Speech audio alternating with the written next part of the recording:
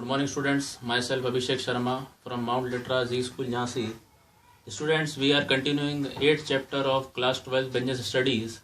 The name of chapter is controlling, and today we are here to discuss the controlling process. As I have already mentioned in my whiteboard, there are 6 steps in controlling process and which we are going to discuss one by one. So starting with setting up of standards or target. Standards means target or the yardstick against which the actual performance is measured. The standard becomes basis for comparison and the manager insists on the following standard. The standards must be achievable. High or very high standards which cannot be achieved are of no use. Standards must be kept up keeping in the minds the resources of the institution, and as far as possible standards must be kept up in numerical or measurable terms. Second is measuring of performance.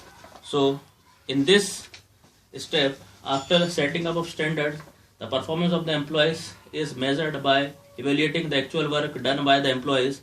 When the performance can be measured numerically, then it is very convenient to measure the performance. While measuring the performance, the quantitative as well as qualitative aspect of performance is kept in mind. Third is comparison. Comparing the performance against standard. After measuring the performance, the manager compares the actual performance with the planned performance and standard. If there is match in the both, then the controlling function ends there only. But if there is mismatch or deviation, then manager tries to find out the extent of deviation. Now, next is taking up of corrective measures. On comparing the actual performance with the planned performance, the manager will come to know about the deviation between the plan and actual performance. Then the next step is to know the reason for such deviation and try to remove deviation in future. The manager takes measures to bring back everything on the track that is according to plan. Corrective measures may involve let the situation remain same if the deviation are minor. Redesign or reframe the plan or strategy if these are overstated or not matching with the present day or business environment. Taking corrective measures to improve the performance so that in future it matches with the plan. So these were the some corrective measures. Now moving to the last point is feedback.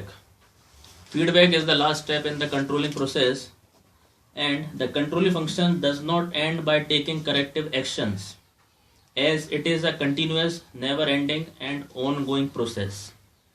After suggesting the corrective measures, a feedback report is prepared. I once again repeat, after suggesting the corrective measures, a feedback report is prepared. Feedback refers to the list of reasons for deviation of plans or for inefficiency in overall working of the institution.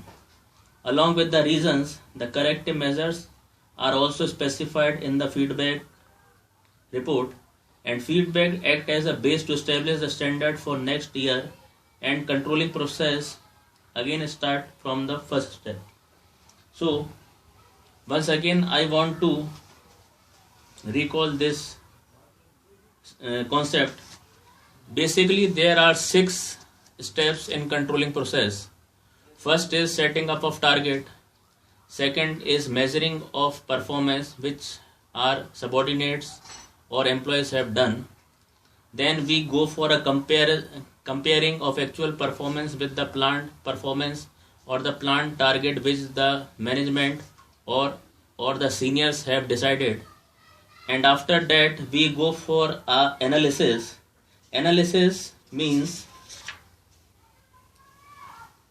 all the deviation need not to be brought into the notice to the top management. A range of deviation should be established, and only cases beyond this range should be brought to the knowledge of top level management. They must divide the deviation in the 2 categories. Critical point control. Second is management by exception.